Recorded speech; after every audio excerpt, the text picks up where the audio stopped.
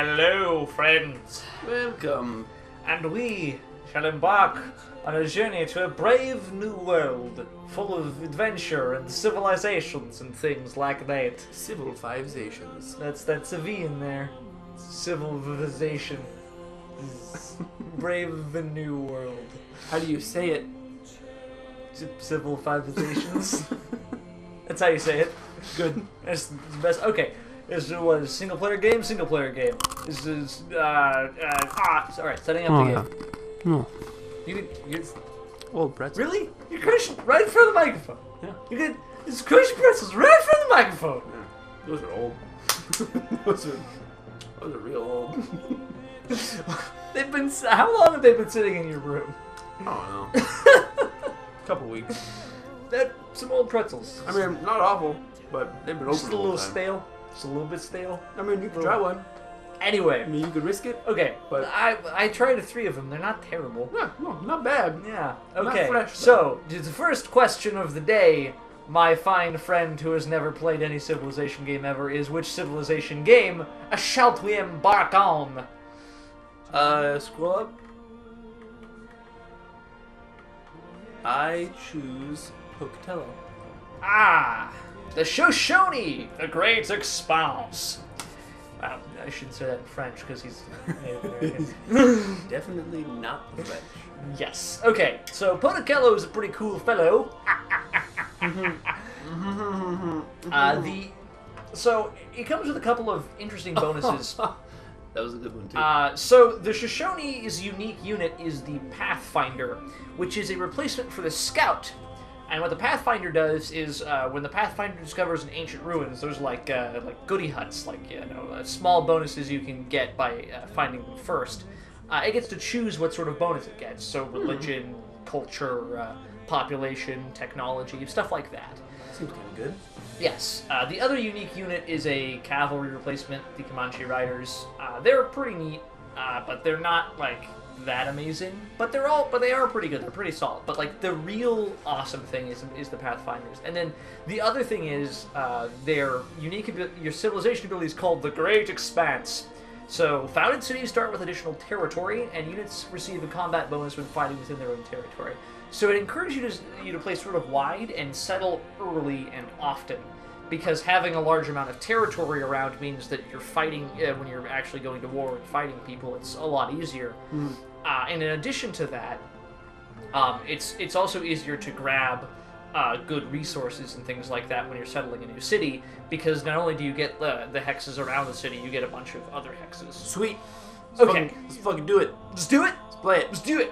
Let's try it. It's a Prince difficulty because I'm not very good at this game, and so I want to challenge myself by playing it Prince. I thought you were an expert. I never said I was an expert. I think you should be King of Kings, Lord of Lords. Yeah, no, okay. Well, I mean, I could play on King, but I haven't even ever beaten the game on Prince yet, so... What's past Immortal? Deity. Seems weird. Well, I mean, like, you know, if just being immortal doesn't necessarily mean that you are, like, all-powerful and all-knowing and stuff. No, okay. So that's the next logical step, is being an actual god. You got it? You get it? You got it? We're good? We're good? Standard pace, continents map. I like continents. Small sizes. Let's go to advanced setup for a second.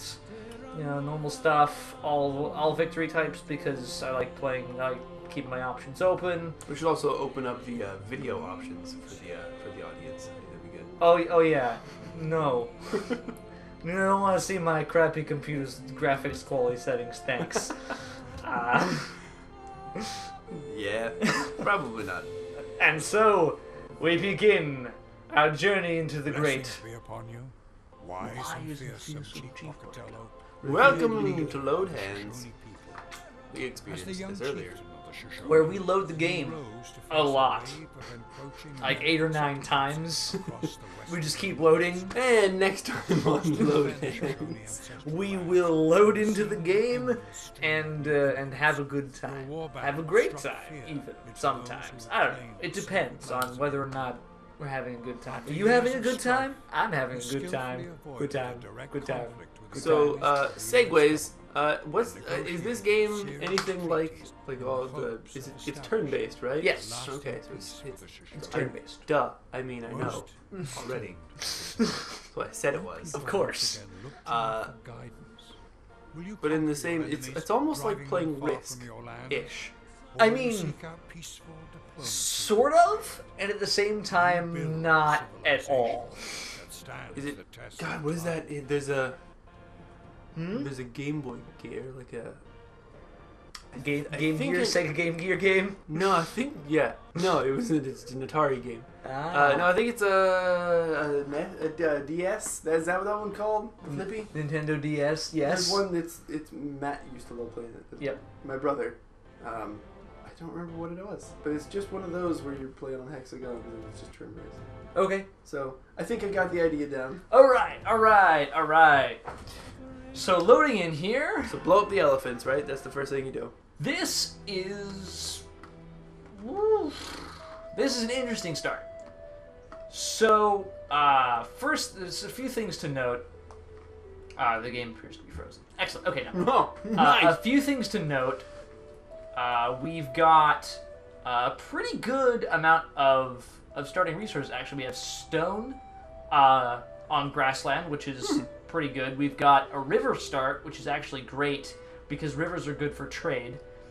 We have cattle, which is a nice bonus resource. We have 2 sources of ivory, which is good luxuries, and we have silk.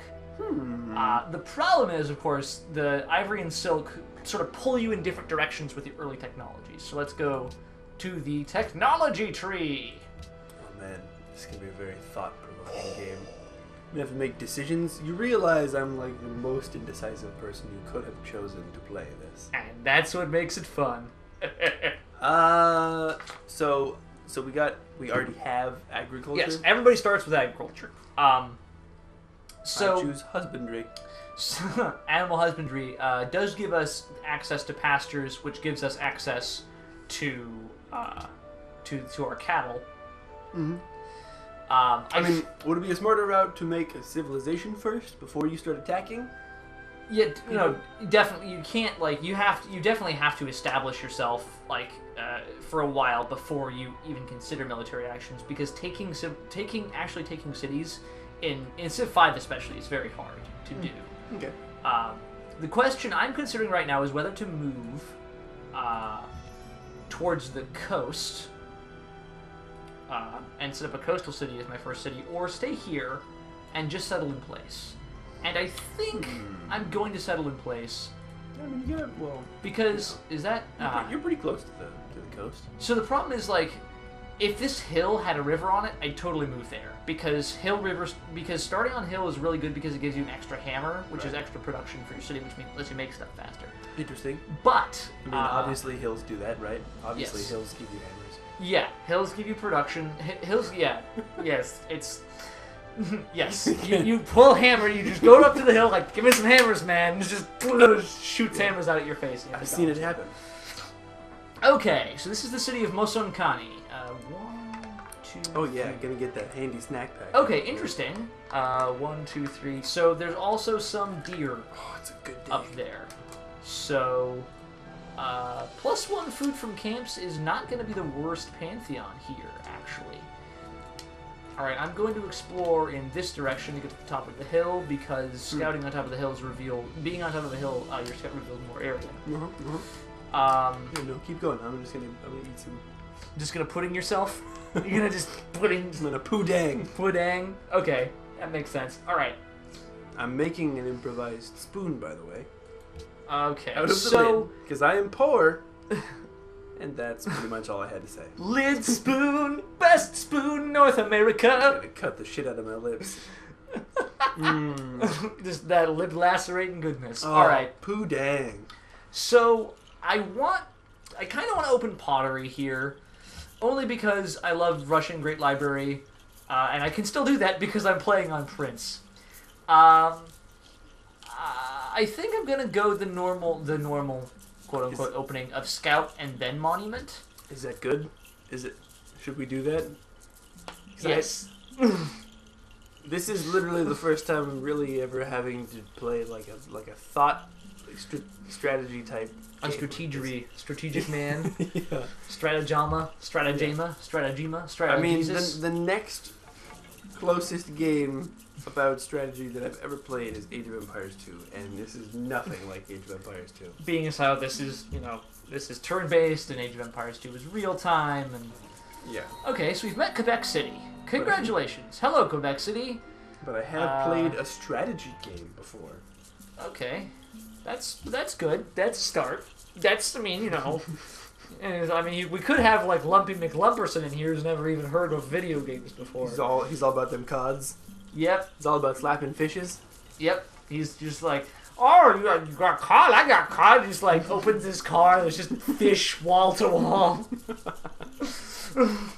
I thought it was going to be like a mobile gaming station in his car. No. Like No, my friend. His steering wheel has a screen in it. That's safe. So he can be the most distracted person. Uh-huh. Okay, this is interesting. We're he on the edge stole of our continent like here. one of the Wi-Fi things from an airplane, so that he can have mobile Wi-Fi. I mean, it's not they have like MiFi cards and stuff. They do. I had one of those when I was at school. So I mean, I just went for the oldest type of that technology that I could think of. Because he's not smart enough to get a MiFi card. He's just gonna buy. He goes on an airplane. Where you keep your Wi-Fi? And then just like grabs it, shoves it under his shirt, and just sits there looking around. I will take one airplane Wi-Fi, please. What? You heard me. You heard me, goddammit. What are those down in the corner there on the peninsula? What's Okay, so there's cotton and fish. And there's some hills over there too. I knew it! I knew this was an isthmus. That's right, it's an isthmus. It's like Panama. I'll give you Go around to a larger landmass. I'm picking it up. I'm picking up what you're putting down. And I'm putting down what you're putting down. And I am carefully placing it back on the floor, so that you may pick it back up again. Oh, pottery! I thank you for consideration. Pottery! And we've met Genoa. Were you doing Totoro just now with pottery? I like it. That's right. Continue okay. on, sir. Yeah, so I kind of want to go for writing because this is we're playing on Prince, so the AI doesn't have like substantial bonuses. Basically, they don't automatically start with pottery like they do in the higher difficulty levels, so you can conceivably still build the Great Library if you're being cool enough. So is that like a way to win? So the Great Library is a wonder. So there are certain So like I know about wonders. Yeah, so like Eiffel Tower, the pyramids, stuff like that. They're massive construction undertakings that provide you with really good substantial bonuses. The Great Library, it costs a lot of production for this early in the game. It takes a while to build, but it gives you culture, it gives you science, and it gives you great science points, and it gives you a free technology, which is just a bunch of good stuff for this early in the game. It is not at all like the wonders in Age of Empires 2, because those are literally pointless. Those are literally pointless unless you're using them to win the game. Yeah. Yes. Good. Glad. Oh look, Vatican City. 30 gold and 8 faith. Blow it up. No, I'm sorry, we're not going to recreate the incident with the Pope and the cannonballs in this game.